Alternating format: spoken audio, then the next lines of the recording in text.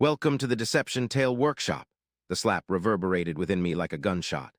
Dialogues halted, utensils suspended in midair, and my wife Catherine towered over me, her hands still elevated, her face contorted with fury while 37 onlookers remained quiet.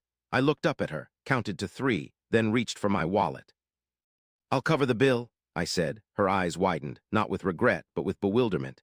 As for the first time in our 9-year marriage, I wasn't expressing remorse. The slap occurred at 7:43 p.m. on a Friday.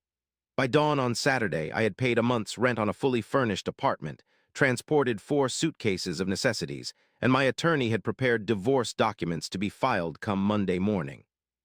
However, to comprehend how swiftly I disassembled my marriage, you need to understand how gradually I had been suffocating within it. My name is Owen Casalano. At 36, I headed a medical supply distribution company that I had constructed from scratch. Catherine was a pharmaceutical sales representative when I encountered her attractive, driven, captivating. She made me feel victorious just by selecting me. Our first year of marriage was fulfilling. However, during the second year, she began making decisions without consulting me, minor matters like redesigning our bedroom and planning vacations that I'd discover through calendar invites. By the third year, she had established a pattern. Catherine desired something, Catherine declared it, and I either complied or endured her cold treatment until I acquiesced. By the 5th year, I had ceased expressing my opinions. She decided where we resided, what vehicles we owned, and which of our friends we maintained. I immersed myself in work as it was the only realm where I retained control.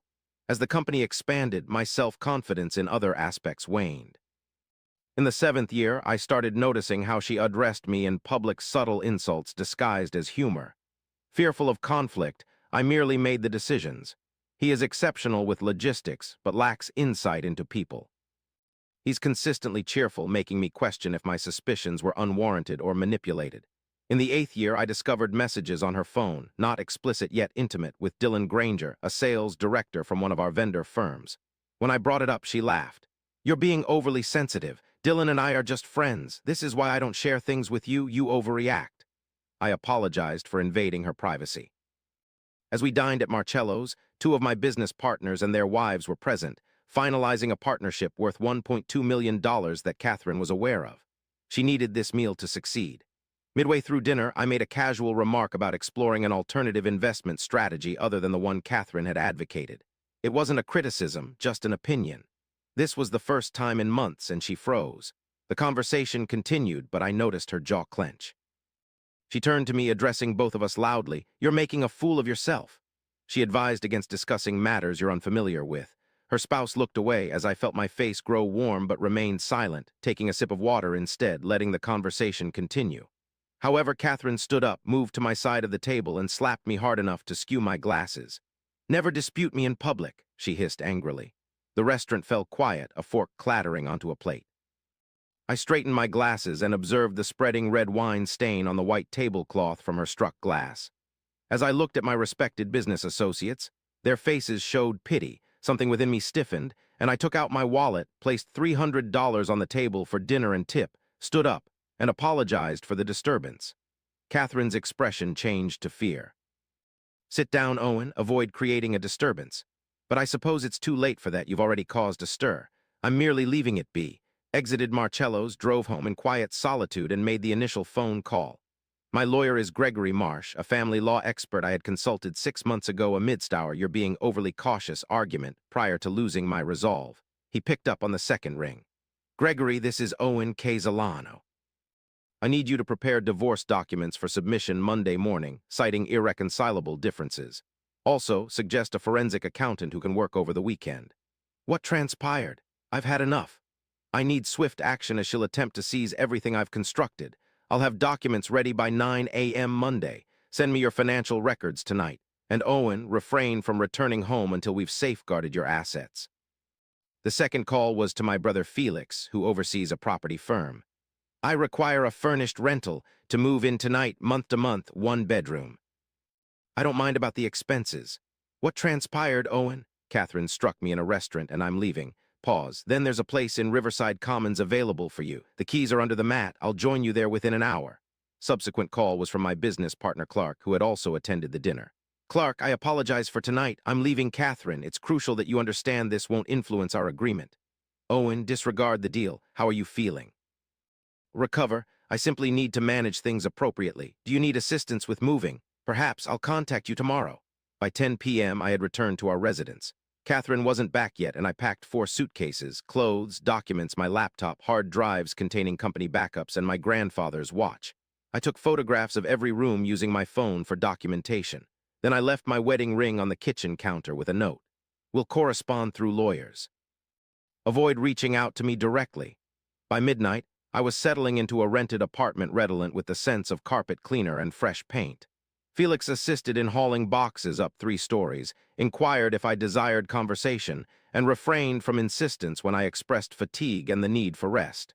Sleep eluded me. Instead, I spent the night sorting documents, consolidating bank statements, and constructing a chronology of Catherine's financial activities over the past 3 years. Despite being emotionally overwhelmed to resist her dominance, I had always meticulously recorded it. The information unearthed in those files was more distressing than I had recalled. Catherine had illegally accessed my business accounts. In a medical crisis 2 years ago, I'd granted her temporary login credentials and neglected to revoke them subsequently, facilitating numerous transfers to accounts unknown to me. 50,000 hidden in one place, 30,000 elsewhere, consistently timed with significant company deposits, always below the radar. She had fraudulently acquired credit cards in my name, accumulating 83,000 worth of charges on luxury items such as furniture, jewelry, and spa treatments. I had become so preoccupied with avoiding confrontation that I neglected to scrutinize our credit reports, and the messages with Dylan weren't solely romantic. They were also transactional, revealing she disclosed confidential information about my supplier contracts in exchange for presents and vacations, like a trip to Napa, a Cartier wrist adornment, access to his company's premium sports event boxes. It was not just an affair, but corporate espionage concealed within infidelity and financial exploitation. By 4 a.m., I had amassed 37 pages of proof, bank records, screenshots, timestamps, emails that I had archived without thorough examination. I forwarded all materials to Gregory along with a message.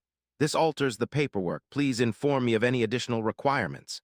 He replied at 6:15 a.m. Good heavens, this is fraudulent. I'm bringing in a criminal lawyer. Avoid her at all costs. Catherine phoned at 8:30 on Saturday morning. I didn't pick up. She called again 6 times.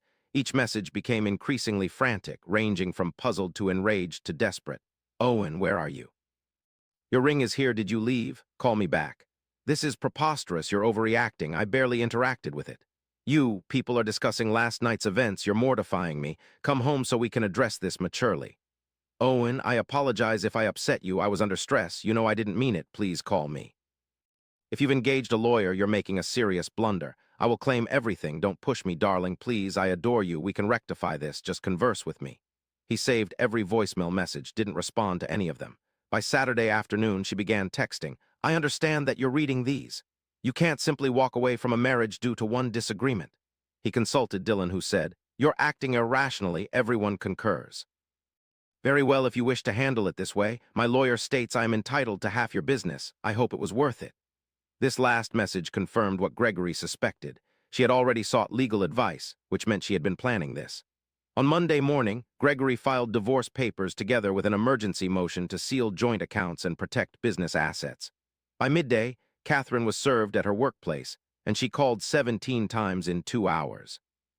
Her number was blocked, but her mother called instead. Catherine appears distraught. She's made an error, but you seem intent on dismantling your family due to a burst of anger. Isn't that out of character for you? Mrs. Brennan, Catherine has stolen from me, been unfaithful, and assaulted me publicly. What kind of family am I destroying exactly? You claim I controlled the finances, leaving her feeling compelled to safeguard herself, yet this will be an easy allegation to validate in court. I've finished discussing this matter. I ended the call, also blocked her number. On Tuesday, Catherine came to my office. Security was alerted before allowing her entry, and she was asked to leave with a warning that she wasn't allowed on company grounds. The following day, Dylan emailed me. Owen, man-to-man, Catherine is going through a difficult phase. Perhaps you could show some leniency. This divorce is impacting her career. I forwarded the email to Gregory along with evidence of an attempt at witness tampering, and he responded. The evidence found by forensic accountant Iris Chen reveals that Catherine has breached her employment contract by engaging in fraudulent activities. She attempted to empty the company's accounts upon filing for divorce, but was preempted.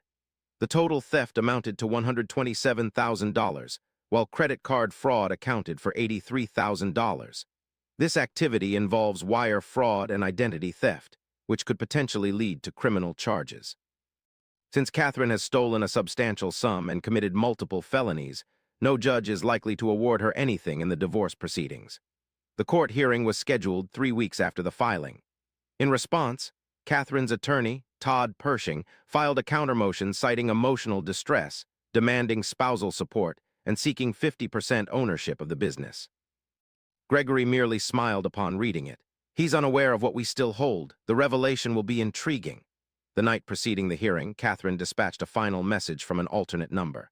I'll abandon everything if you withdraw the criminal referral. We can merely divide things equitably and proceed. Owen, please, I can't end up in prison. I captured this text, forwarded it to Gregory without responding.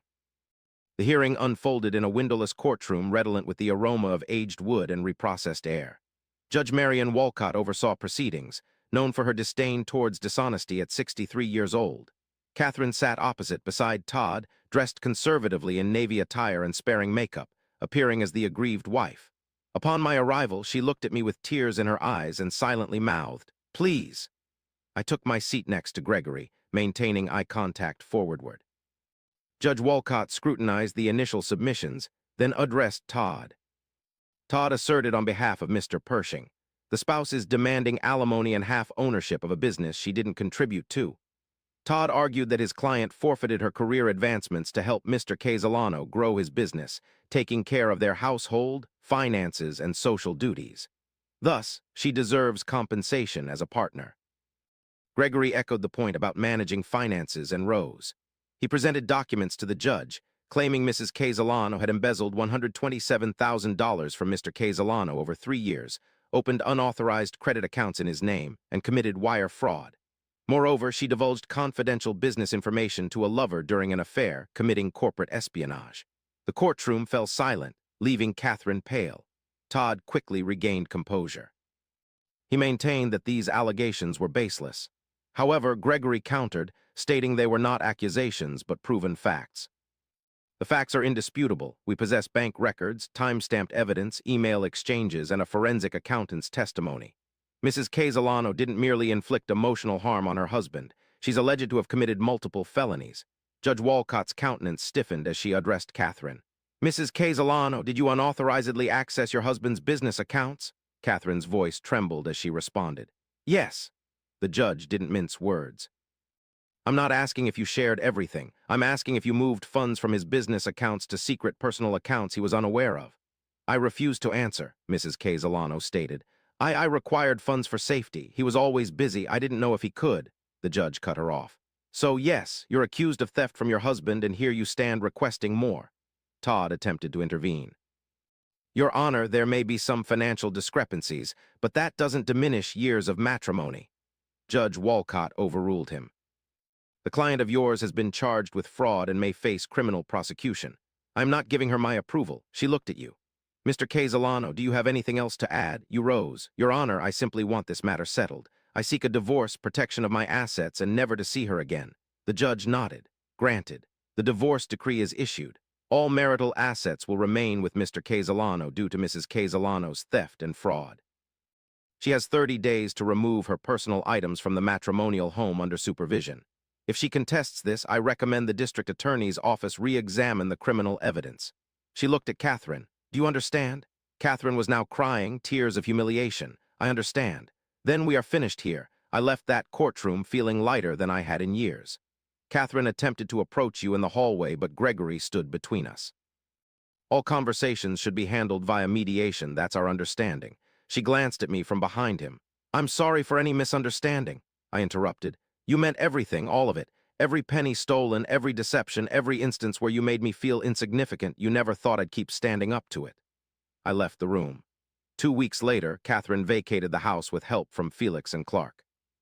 She gathered her belongings, clothing, jewelry, attempted to take shared furniture that I had bought prior to our relationship. However, she left empty-handed as I had the receipts. Dylan's firm quietly settled the matter. He resigned. Catherine's consulting contract was terminated, and they agreed on a minor settlement to prevent me from filing a corporate espionage lawsuit. My business partnerships remained unaffected. The agreements with my associates were even more solidified due to how I handled Catherine's public misconduct with grace, which mattered in their circles. 3 months post-divorce, I sold the house. It held too many painful memories.